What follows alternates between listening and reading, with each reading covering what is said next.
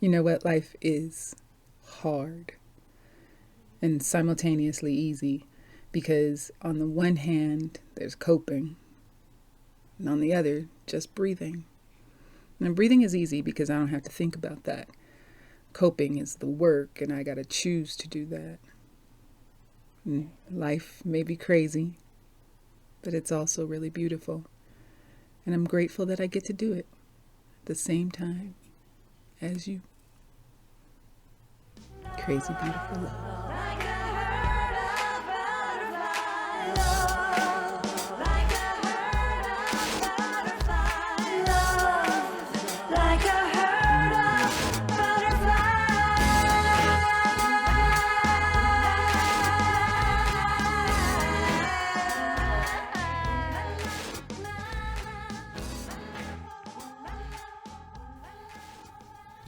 Welcome to Crazy Beautiful Love. I am your host, Anisha Lartiste, and today's episode is with Will Sturgess. This conversation started because Will was my Lyft driver. He was one of those humans that I just stumbled upon in this project, and his story floored me, and I knew immediately that he had to be a piece of this project and that you had to hear his story. It amazes me the things that Will has gone through, and he is still so soft, so loving, so kind, so giving, so hopeful, so faithful. And every day he chooses life. And in this part of the Survivor series, in Crazy Beautiful Love, Will is the most beautiful survivor, and he inspires me every day to continue to choose life. So I won't take up much more of your time. Here's Will. Wow. Well, first of all, thank you for that introduction. You're welcome. It's very humbling. It's funny, it's things you want to hear, but when you hear it, it's like, am I worthy? I'm so not worthy. I don't know if we could start 4 months ago. We talked earlier that we should call this Choose Life. Yes. So 4 months ago, I was in the fourth time within a year that I actually had to choose life. But that time, that was on September 25th of 22.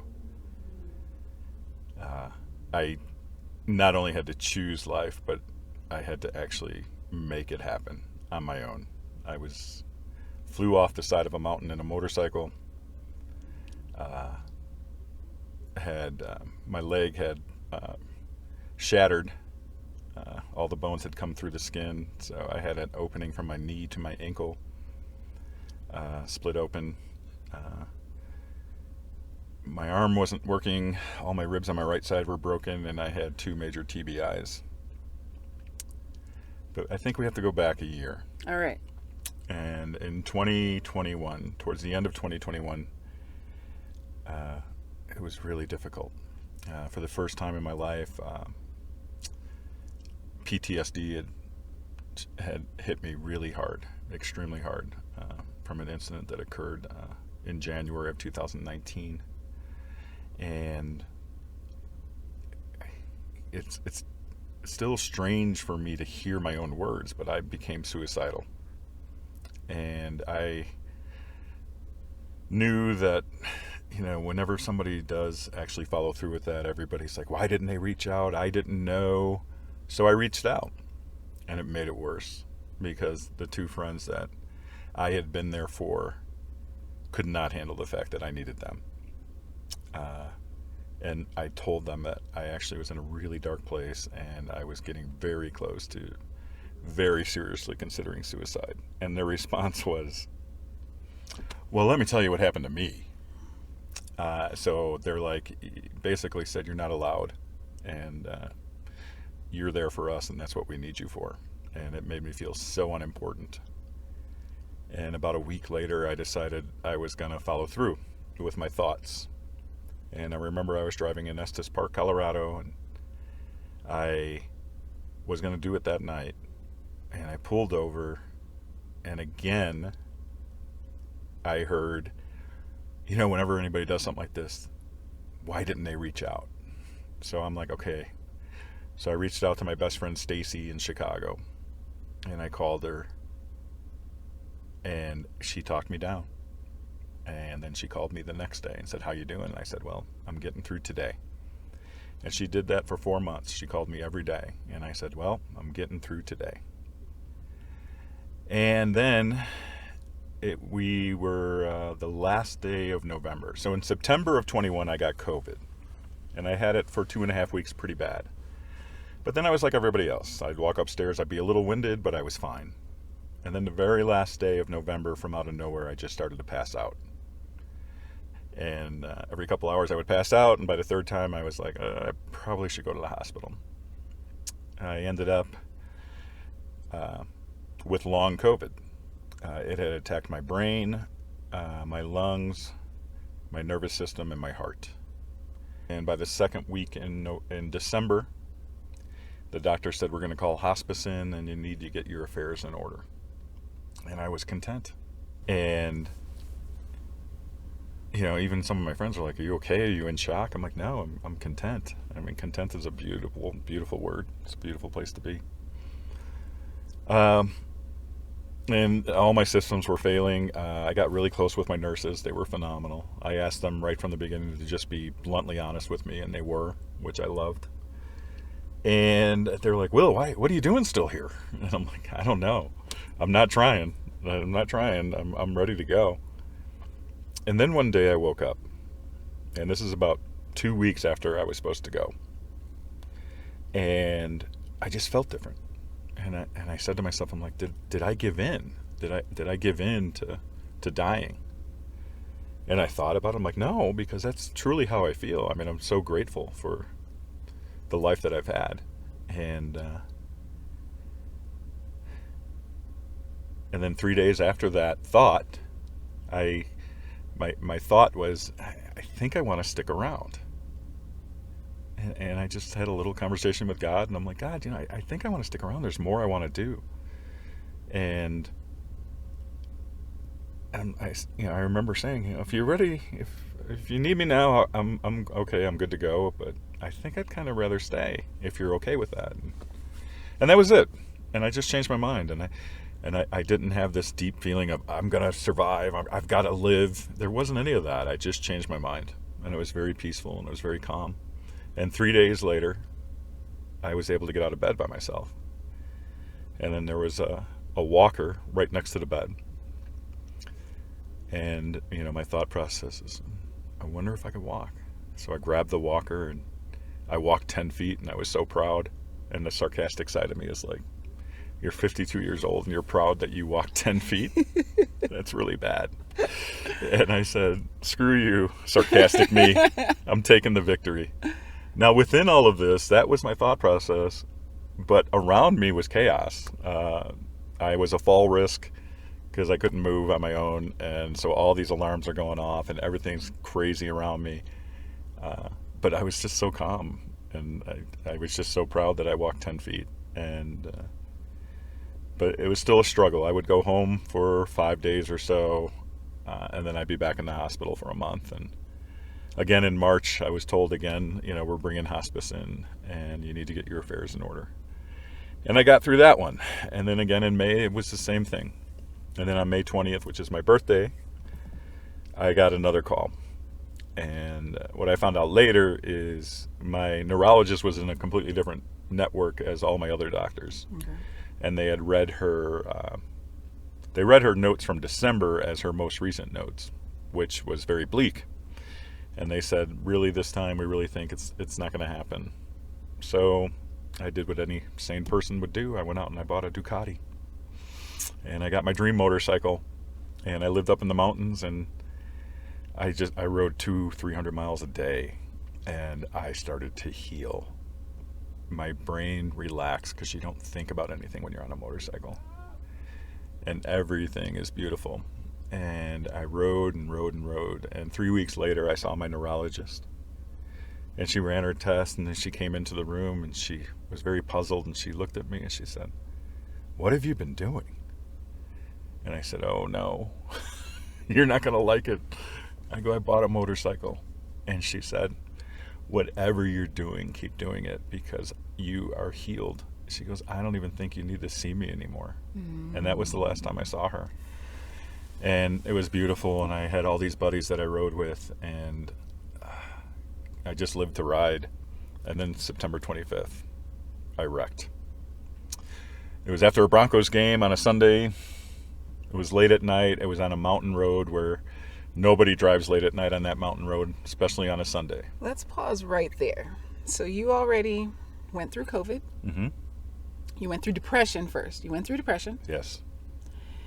You were ready to die. Mm-hmm. You had plans, but you did what we're told to do. You reached up. I did. First time kind of failed. Yeah, miserably. And the second time actually worked. Yes. Community worked. They were there for you. Yes. And then you get COVID and long COVID. Mm-hmm. So you were kind of tested on, do you really want to go? You sure you want to go? I can take you. Yeah. Yes. The body's like, I'm done. Yeah. I'm ready to go. And then you weren't. Well, so you go through all of this. Well, such a big part of it was as well is, I had lost my wife at that time, 9 years earlier. And the moment that happened, I went into a season of gratitude. It was horrible. It was the worst thing I've ever had to go through by far. However, at the same time, I was so grateful. Just so grateful for the time that I had with her. I would envision, God gives me memories when I need them. And one was the moment that she passed. I had a memory of watching a television show like 60 Minutes or something like that when I was a kid. And they talked about how different religions, when you really dig deep down into the doctrine, they're all basically the same. Yeah. And one of the beliefs I remember them talking about is that as souls, we choose to come down here. And I've never looked into that. I don't care if it's true or not. It's not about a debate into that. It is definitely my belief system. But what it gave me was a vision. And the vision was me in heaven as Will before coming down. And someone coming up to me and saying, we've got this person for you to meet. And they're phenomenal and they're going to change your life. Do you want to meet them? Of course I do. But they're only going to be in your life for a short time. Okay. And that's really what kept me alive. And that's what kept me going. Because just about the first year after her passing, my entire existence was, I literally had to think about putting one foot in front of the other. Like if I had to go to the bathroom, that was a thought process to get to the bathroom. I didn't want to do anything. But at the same time, there were some smiles because of the gratitude of the time that I had with her. And then as time progressed, it's amazing how our universe works because people are always cross our paths and it's always for a reason. Always. And when you have a certain thing in your life, you seem to come across those same people. So I've come across a lot of people that have lost a spouse. And a few are angry. They're very angry. I'm very fortunate I never got angry. Yeah. Okay. And I picture them in heaven shaking their fist at God and why did you take this person? And what's amazing about that is I immediately picture God saying back to them is, do you remember that time they came home 5 years before? And they said, I have no idea how I just missed this accident. And if I was in it, I would have died. Or I was so mad at a cashier because they screwed up. And that 30 seconds of that screw up that I was so upset about is what made me miss that accident. And God says, I gave you an extra 5 years because you deserved it. And I wanted you to have that. And you're angry at me for taking them. So I never got angry. I always felt that it always was a gift. And so fast forward. 2021, I felt that so she passed in 2012.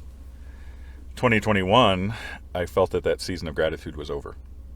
And I went into wondering, well, what is my next step? What am I supposed to be doing? What's the universe want me to do? And I felt like they wanted me to be a spiritual warrior. And I was like, are you nuts? What brought you that? Was it a vision? Was it a calling? Like, what did you? It was an energy. Something? Okay. It was an energy. I felt like I was just the way the world was going. It was towards middle of COVID.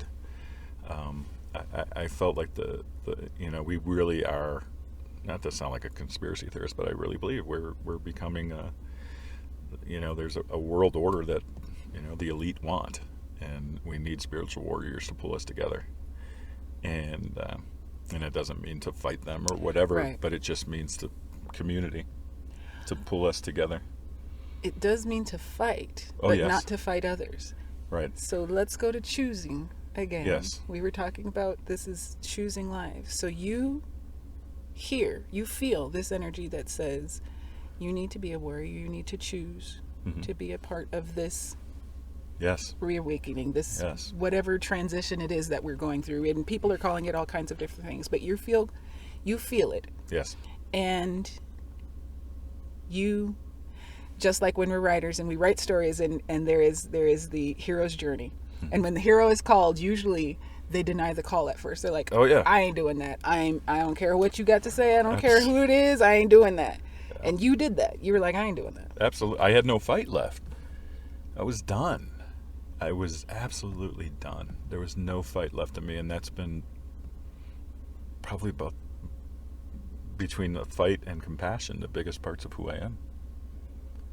And that doesn't mean physical. In some ways it was very physical because of the way I grew up. But it means, standing your ground, but in a good way. Right. Like in business. Like, I don't think this is the right route, that we should go this way. And through opposition, you still say, no. And this is why. I mean, that's the type of fight I'm talking about as well. But I had none of it left. None. So then I went through my illness, and I've always been kind of rebellious, in the way that I don't want to follow the road everybody else does. I think the adventure's on the other side. And I was on oxygen. I was carrying these huge oxygen tanks around, had the thing in my nose. There were times I had to walk with a walker. And my house was at 9,200 feet on a mountain. And I was told, you have to move down to sea level. I want to live in the mountains. I'm going to live in the mountains. And then where I lived, it's because I only worked about 3 months, and within that year, because of my illness, I couldn't afford to have my place plowed. And it was a third of a mile driveway. And it was 4 feet of snow. And my doctors are telling me I have to go to sea level. I'm at 9,200 feet, and I'm hiking through 4 feet of snow with an oxygen bottle.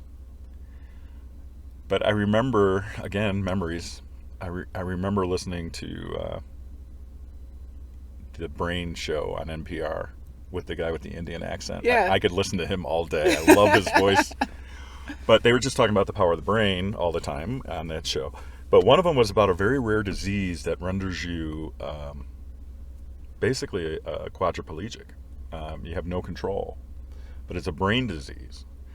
So it's not necessarily a disconnect, but your body just won't work. And there was a man, I think in Australia, that figured out that, well, first of all, he just had a will to live independently. And he wasn't going to accept this disease.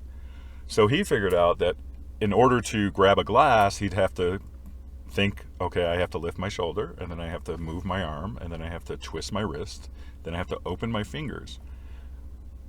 But he lived independently because he learned to get around the disease. Whoa. And then I remember another talk where people were talking about our eyes are so powerful that if we were in pitch black darkness, within a certain amount of time, we would actually start to be able to see because our bodies will adjust. So I felt, even though all the doctors were telling me the opposite, I felt, well, if I hike through 4 feet of snow, a third of a mile, maybe I can teach my lungs to handle, because I ended up with like 25% of my lung capacity. They can handle the altitude and start to, I could lead a normal life because of my WNPR shows. And it worked. It actually worked. By the time so I had to park at the street at the opening to the driveway, and I had to walk through the snow to my cabin. And by the time I got to my cabin, I felt like I was going to die. I could hardly breathe. I didn't have the strength to even unlock the door. I had to sit outside for 20 minutes and gather enough strength to open the door. And my dogs were there. And of course, they gave me energy and gave me strength. So I let them out to play, and I would just try to breathe. I had a big oxygen machine in the house, and I would turn that on. And it would take at least an hour before I'd have enough strength to actually walk back to the truck. But it worked. I'm not saying everyone should do that. However, it did work for me. And so anyway, yeah, so I'm going through this illness. I'm going through that. And I bought a motorcycle, and I started to heal. God, I healed just so quickly and so beautifully. And I really felt the best I felt since before my wife passed. So in 10, 11 years. We're also not saying go buy a motorcycle. No. No. No, we're not saying that. But we are saying do what your heart tells you, what you are led to do that feels like healing for you. I am getting into the Bible more and stuff, and I'm not one to preach to others. I think everybody needs to come to it on their own. But when you read the battles and you read, like David and Goliath and Jericho, where they circled a building, they're fighting an army, and they're told to circle a building 7 times. I really see these people giggling by the 7th time, going, what the hell are we doing? What is this about? Seriously, we're going to circle a building, and right? that's how we're going to take out or the town. That's right. How we're going to take out. Well, guess what? What do they have? Peace. Peace is powerful. The most powerful thing, I really believe, the most powerful person you're ever going to meet is someone that says it is what it is. Because when they can say it is what it is, no matter what's in front of them, they know they have the power to get through it, which to me is also the definition of vulnerability. I agree. And vulnerability, the people who are vulnerable, and somehow I'm gifted with people are able to be vulnerable with me, which is something I'm just so happy and so proud of. Humbly proud. It still blows my mind that people can be just so vulnerable with me and feel safe. And that is my greatest gift, I believe. It's the one I love the best. That's what brought our friendship. Yeah. Yeah. And y'all know I don't hang with a lot of men, and I don't hang with a lot of white men. They frighten me. And this man... I'm white? I didn't mean to tell you. I'm sorry. And this man brought me a sense of safety and peace getting in his car. One of the reasons that we are doing these conversations in the car, and we will be in everybody's car, but one of the reasons that we're doing this is because you always feel a little bit more capable of being vulnerable in a car. Yes, I love being in my car. It's amazing. It started as a child when I would want to talk about sex with my mom. The kids talked about this today. I don't know what that is. And I would always say, "Can we go for a car ride?" And I just felt safe, and so I still do today. And so I go through my illness. I go through facing death many times. Then I bought the motorcycle, and I started to feel amazing. I got my bike. I bought it on my birthday, May 20th. I had it raced out, so I had to have all this stuff put on it because, God forbid, someone would pull up next to me on the same bike. I have to be a little faster. There is still quite a bit of masculinity left in me. But anyway. And so I got it the first week of June. And I rode that thing almost every day. And it just felt amazing. And then September 25th, I had summer gear on, and it's getting very cold in the mountains at night. And I was living up in Estes Park, and it was about 45 minutes to an hour to get down to Boulder, where all the stores are and stuff. So I'm like, I'm going to run some errands down in Boulder.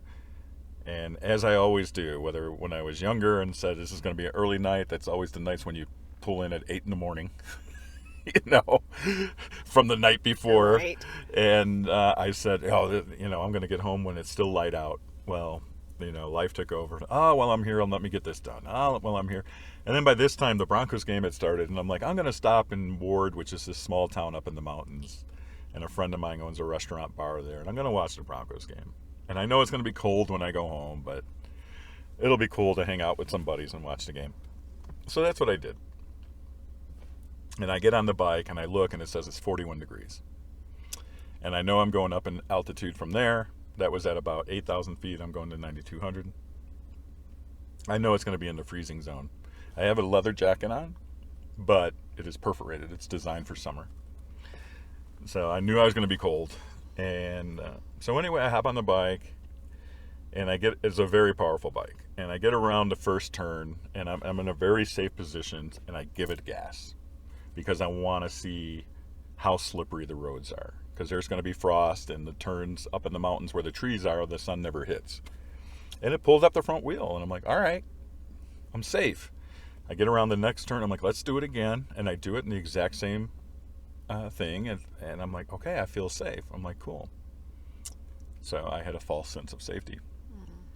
I get around the next turn, and my front wheel goes sideways. I used to race motorcycles. I'm pretty good on them. I was able to control it, got it forward, and then it went sideways the other way. And I'm like, whoa. And then as I'm getting control of it, I didn't lose control. And the next thing I know, my rear tire is coming out in front of me. And that's all I remember. And I flew off the side of the mountain.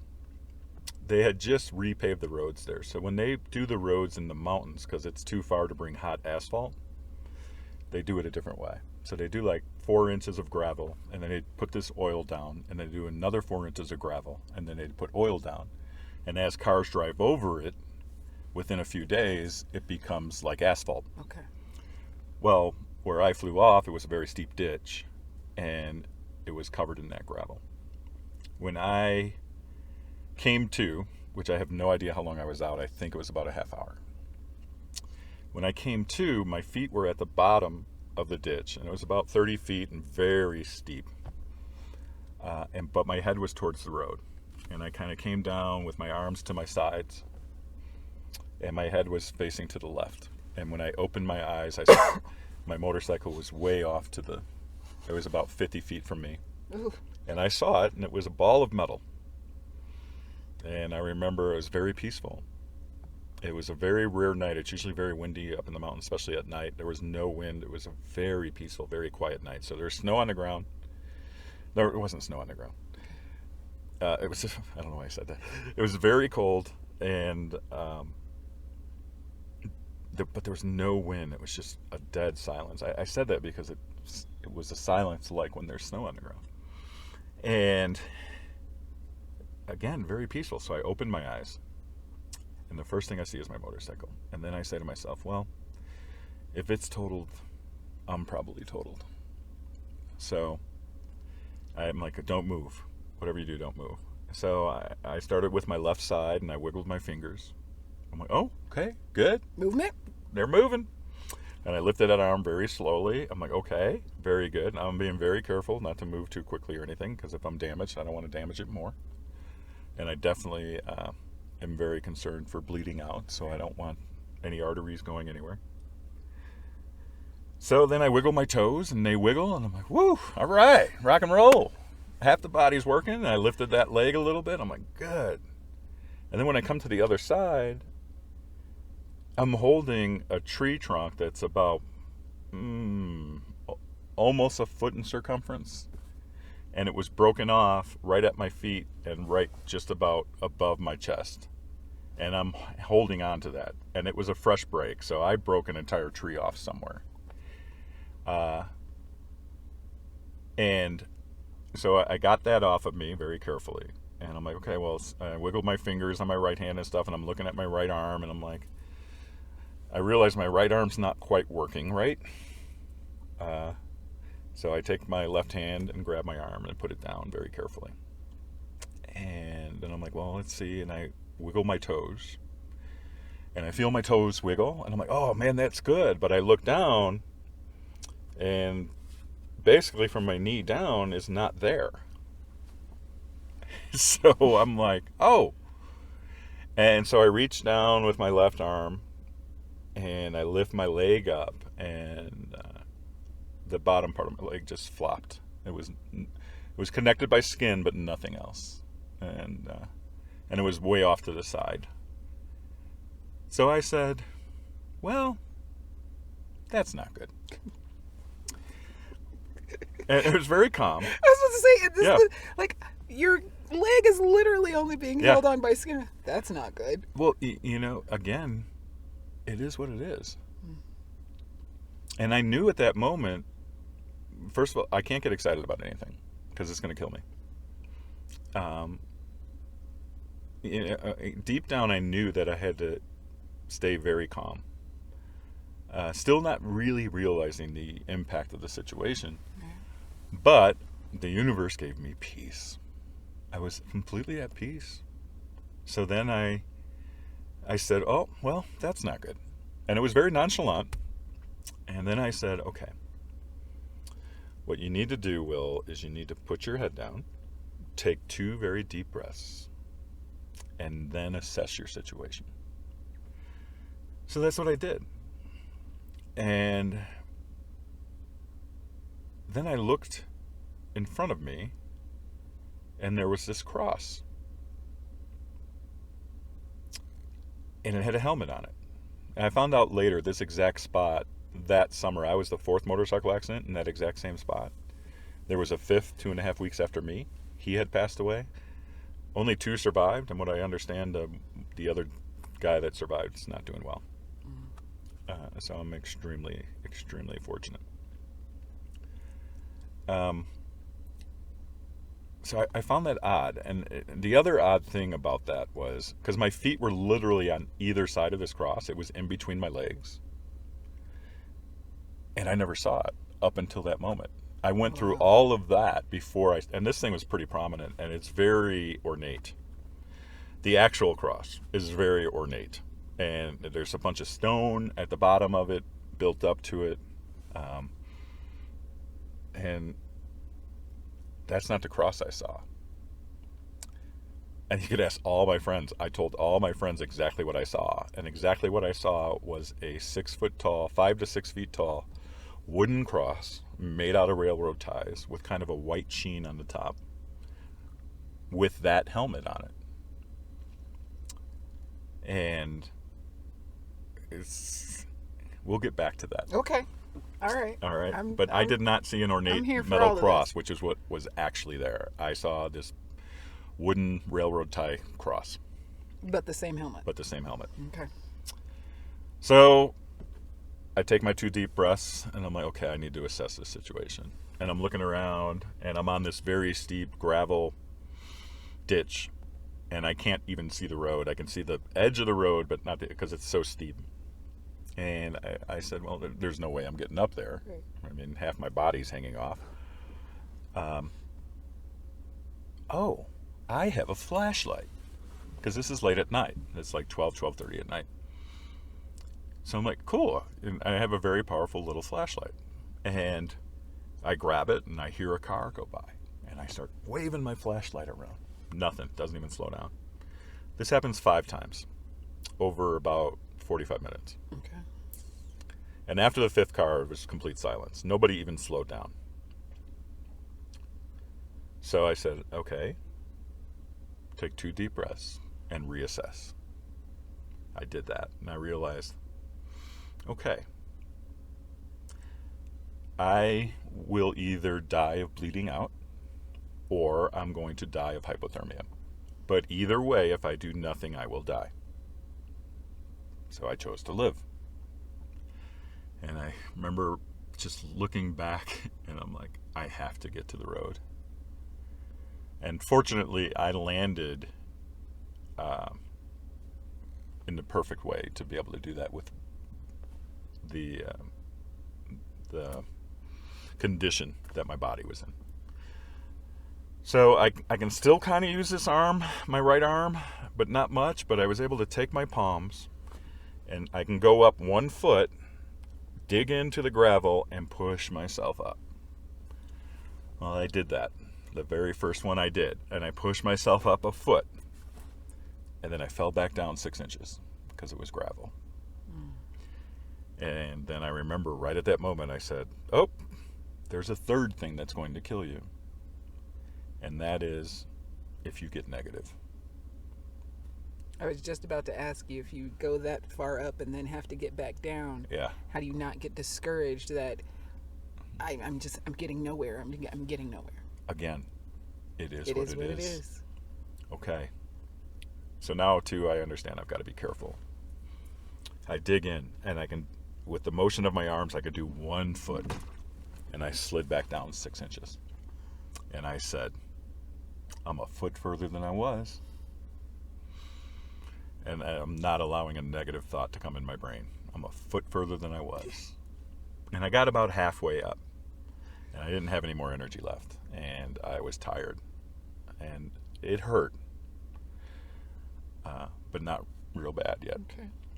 So I said a prayer. I said, God. And I remember, I mean, I said the prayer out loud. It was a conversation. And I pointed at my leg. And I said, I know that I am in shock and I have adrenaline pumping. I know this. I know my body's reacting this way to keep me alive. If you would please do me the favor of keeping shock and adrenaline until I get to the road. And I'm pointing at my leg and I say, because when that thing sets in, I'm not going to be able to move. Mm-mm. And I know I have more injuries, but I have no idea what they are, because the only pain I'm feeling is from my leg, which really was not that bad. But I knew shock and adrenaline. Right. And I made it to the top. I could not get over the edge. I got my torso over, and I didn't realize it until a month later, but I was passing out a lot. And I didn't even know that at the time. But after I started to get more memories as I was in the hospital, I looked back and realized at that point. And it was bothering me because my goal was to get to the road. And I felt that I didn't achieve my goal because my entire body wasn't on the road. So I tried a couple times to get my legs up, and I just couldn't. And then I said, you need to stop. And then I said, what is the worst thing that's going to happen right now if I keep moving? And I said, I'm going to slide down. And I'm like, I really don't want that, because that was the death sentence. I was going to die if that happened.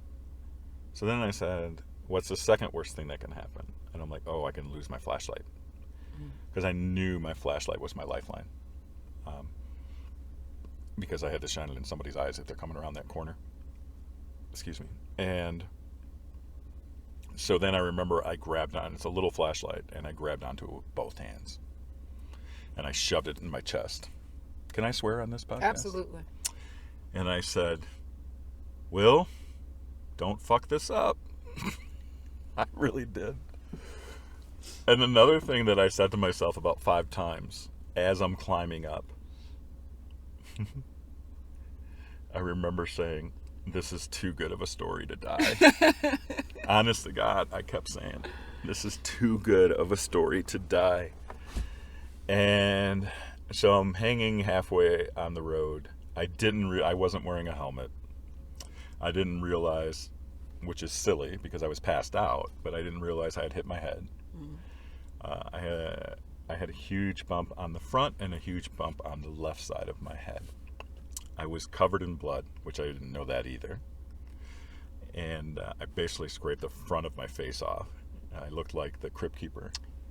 I put a picture of myself and the Crypt Keeper next to me on Facebook, and everybody thought it was makeup because I really looked like the Crypt Keeper. And so I know this part of the story.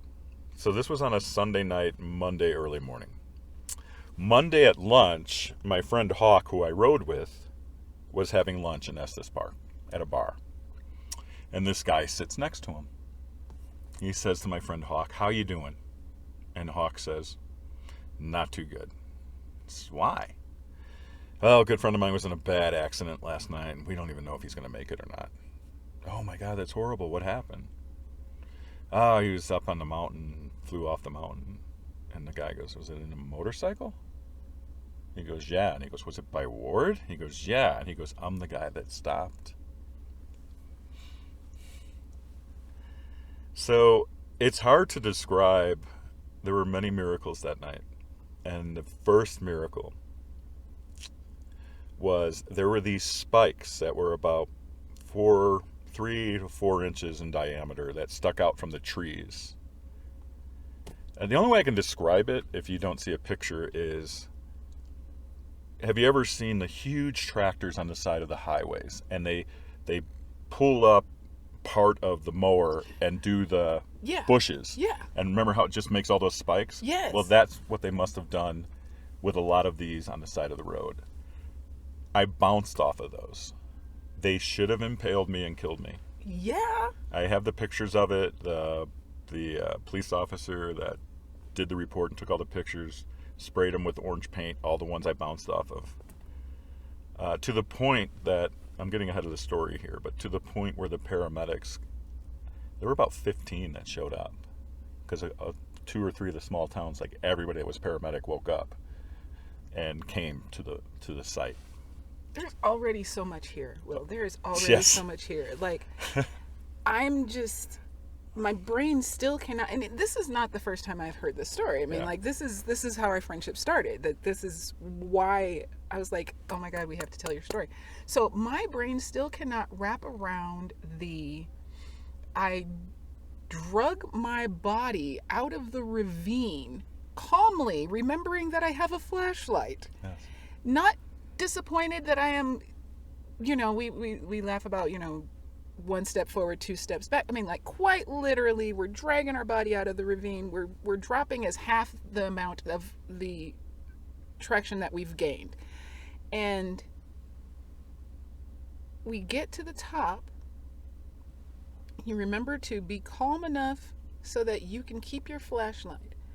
So the gentleman that met your friend at the bar, how did you get his attention?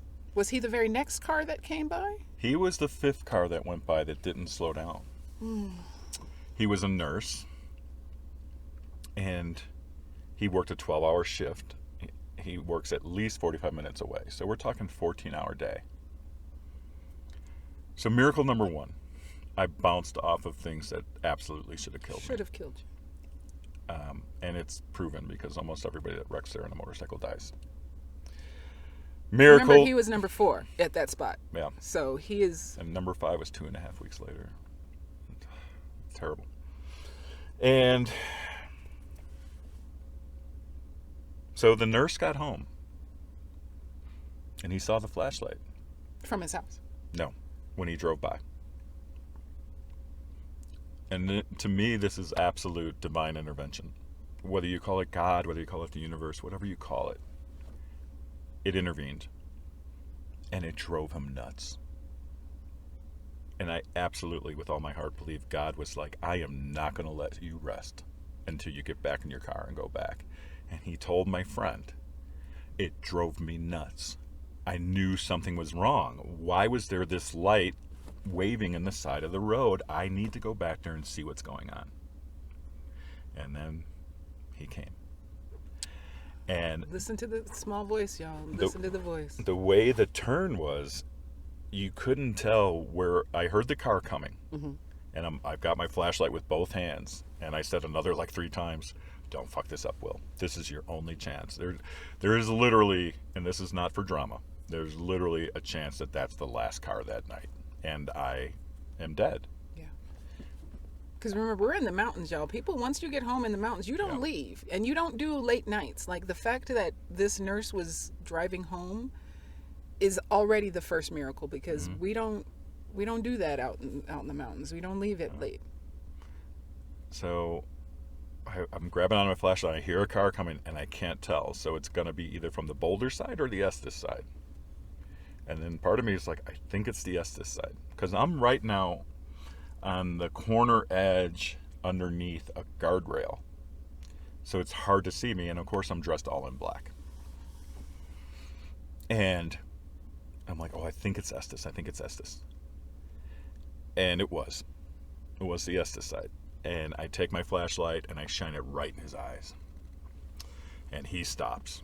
And he rolls his window down like 4 inches. Because you got to remember, you can't see my motorcycle. There's nothing that shows anything happened there. And there's this 6'2" bald white man covered in blood, dressed in black on the side of the road. I don't realize that's what they see.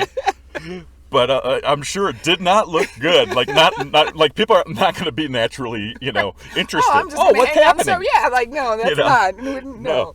So he pulls over and he rolls his window down like 4 inches, 3 inches, and he goes, "What's going on?" And I'm still super calm, and I'm like, "Hi, my name's Will.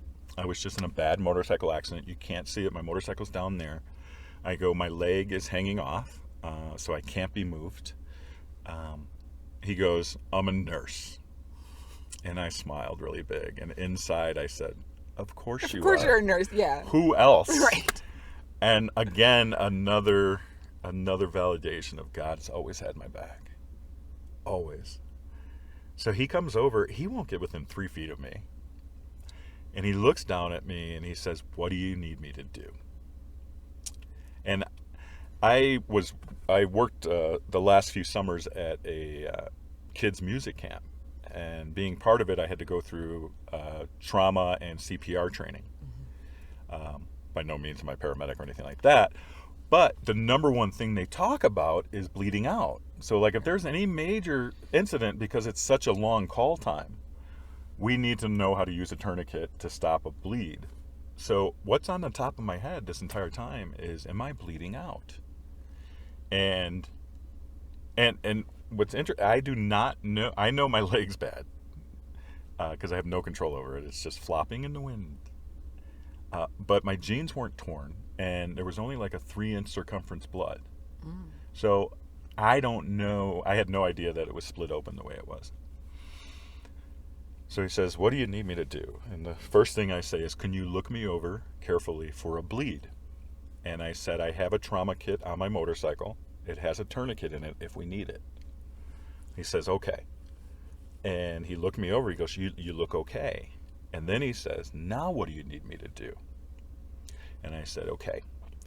And I was more detailed than I remember. I still don't remember this part, but from all the witnesses, I realized that I gave extreme detail. I told him, "Okay, you need to turn your car around facing Boulder," because he turned around coming from the Estes side, now facing the Estes side again. I said, "You need to turn your car around about a third to half a mile down the road on the right side. It's the only business in Ward. And then you can't really, they're all mountain houses, so you can't really get to them unless you live there, and you don't just roll up on people at 1 or 2 in the morning, whatever time it was." No. So he would have to go to Netherland, which is another 20 minutes, to make a phone call because there's no cell service. So I explained to him, the first thing I said was, "You need to call 911. And he said, "But there's no cell service." And the Irish part of me that finds humor in everything starts laughing because I envisioned him leaving. And I'm like, how ironic. This nurse shows up to save me. Half my body's hanging off. I'm covered in blood. And he's like, "Well, there's no cell service," and leave. So I just found that funny. And then I said, "You need to go down the road. You need to go." My friend Josh owns the restaurant. I was there with some friends watching the Broncos game. And when I left, Josh closed the bar and locked the doors. And I said, he lives there. So if he's not in the bar, he is in his home, which you can't see from the road. It's connected to the bar behind it. And I remember distinctly saying, "You cannot leave there until you call 911. And I told him, I know that he's home because his wife and his kids are upstairs sleeping and this, that, and the other. And so the nurse walks in, and that was amazing because he just walked in. Wow. And so Josh had opened the door, or he? No, Josh locked the doors, but the nurse just walked in, and Josh was really upset because he's like, "Was this guy hiding? Because I know I locked the doors. Was he hiding in here to rob us?" So immediately Josh starts yelling at him, and the nurse is trying to tell him about me, and then finally, in the midst of that, the nurse finally says, "Are you Josh?" And he says, "Yes." And he goes, "Your friend Will was in a bad motorcycle accident. He's right down the road. We need to get help right away." By the time he gets the whole sentence out, Josh is already on the phone with 911. So he has one landline behind the bar because there's no cell service there either. He gets on the phone with 911. And here's the amazing thing. There were 5 guys. They were all still there at the bar, plus Josh and his brother Shannon. Josh and his brother Shannon are UFC fighters. They're really great guys, but they're the type of people that it has to make sense. You can't just tell them believe in faith or anything like that. Things have to make sense. So, 911, what's your emergency? Hi, this is Josh. My friend Will is in a bad motorcycle wreck. We believe he's right at about mile marker this. We know, sir. The 911 operator says, or Josh says, no, that's impossible. And it was impossible. Because we haven't called anybody. Because Nobody has talked to anybody. No one knew I was there. No. No cars had gone by. The nurse was the only one. And and it's literally 40 seconds down the road. There's no possible way anybody knew. There's no homes in that corner. Nobody saw me. 3 separate times. And part of me is scared to look up this 911 call, and another part of me really wants to hear it. Yeah. Because the look on Josh, his brother, and the 5 guys that were in there all told me their story separately about that 911 call. And they all tell the exact same story. When they tell the story, it's like they saw a ghost. So 3 separate times that 911 operator told Josh someone from that number already called. And Josh said that is absolutely impossible because I'm the only one that's been behind the bar, and that's the only way you can get to that phone the entire night. So they already had people on the way. So I really believe also that I was on the way out. There was not much time left, which is why that had to happen. So in the mountains, all these small towns have like a volunteer fire department, right, and a little ambulance, but it's not like... These are not full-time people. These are... Right. Yeah. So those ambulances are designed to take care of trauma real quick, but then a real ambulance comes and then takes you to Boulder or down to Longmont, depending on what hospital you're going to go to. So I get into the first ambulance, and they were so sweet. They were so sweet. But as I was saying before, all these paramedics show up, and all these firemen, and all these police from the area, and they're looking at, you can it's very obvious where I was, because my drag marks were right from the cross to the road. You can see the trajectory. So one of those huge spikes, when I hit it, my motorcycle went straight, and I just know this from looking at the ground, and I did a 90-degree turn, and that's where I ended up in front of the cross in midair. Just like... Yeah, so the bike just went, I hit that thing head on, which should have impaled me and killed me, but somehow I bounced off of it and went 90 degrees, which is perfect, because if you look at the area, it's... I wouldn't have made it by going through those trees, because I was going pretty fast. Not over the speed limit if the police are watching. And so all the paramedics, and the interesting thing is, a lot of people say something like this, and it's just to make a statement. They really wanted an answer, and they were looking at me as the other paramedics are literally cutting all my clothes off. And then that's when, there were 3 of them in there, and that's when they saw my leg and the bones were through and everything, and they're like, oh, there it is. I remember one of them saying that. And then 2 others came over, and they looked, and they're like, oh, yeah. Like, whoa. And they kept saying, how are you still alive? And they really wanted an answer. And I don't have an answer. I don't know how. Well, I did have an answer, though. I just smiled. Of course you had an answer. I smiled, and I said, God's always had my back.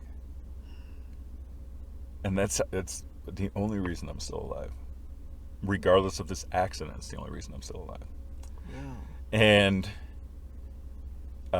And then they sent a second ambulance, and then I barely remember being transferred from one ambulance to the other. I didn't know this, but everybody in Ward knows the story. I was told that when the state trooper showed up, he was pissed. He's like, he was drinking. I don't drink. I hit frost. I hit some ice. And it's a weird corner that motorcycles just wreck on, unfortunately. And one of the paramedics got really mad at him and said, he is fine. He's totally coherent. He is talking to us. He is not drunk.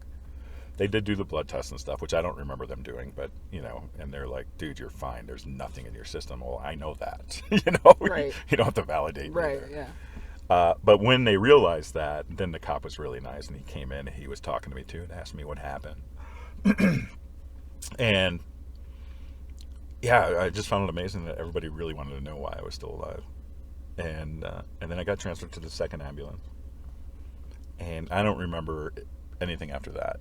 So they sent a helicopter, and the helicopter landed really close, from what I was told.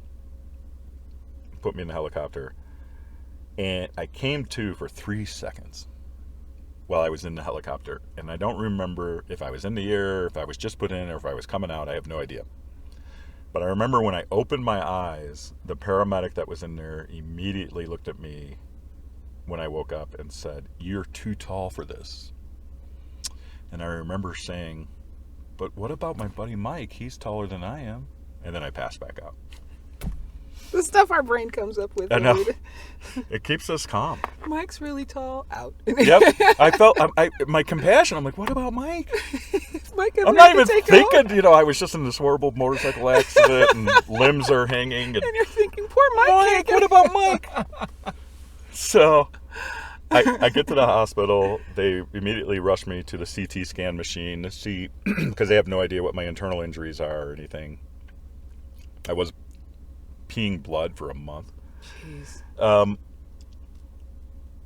And you could see in the picture, I'm still on the what do you call stretcher Mm-hmm. from the helicopter, and it's on an angle, and they're trying to get me onto the table for the CT scan. And excuse me, I came to, and somehow I just knew my phone was on my tummy. And I came to, and I grabbed onto the sides of the stretcher, and I yelled, "Wait!" Now, these people in this trauma center are extraordinary. It is not a job to them. And I've got at least 15 in there. Nurses, paramedics, doctors, everybody. And their entire life at that moment is to make sure I stay alive. They're beautiful. So you got this idiot now on this stretcher with this enormous head, twice the size of normal, covered in blood, and all this other stuff. And I grab on and I go, "Wait!" Now you got to remember, I'm a corner of the stretcher is on the CT scan table, and they all stop, and they do that kind of drop down. You're like, what? What's wrong? Oh my God! He came to, and I grab my phone and I go, "I've got to take a selfie." And I took a selfie of myself, and then I passed back out, and I don't remember the next, 20 hours at least. Oh my God. Okay. And we're going to do another episode with Will, who apparently, when you're dying, you make sure that you take a selfie. Yes. Because that's a very important time in your life. It's very important time. Yeah. You need a picture. If, Pixar didn't happen. All right. Hold that thought. We'll be right back.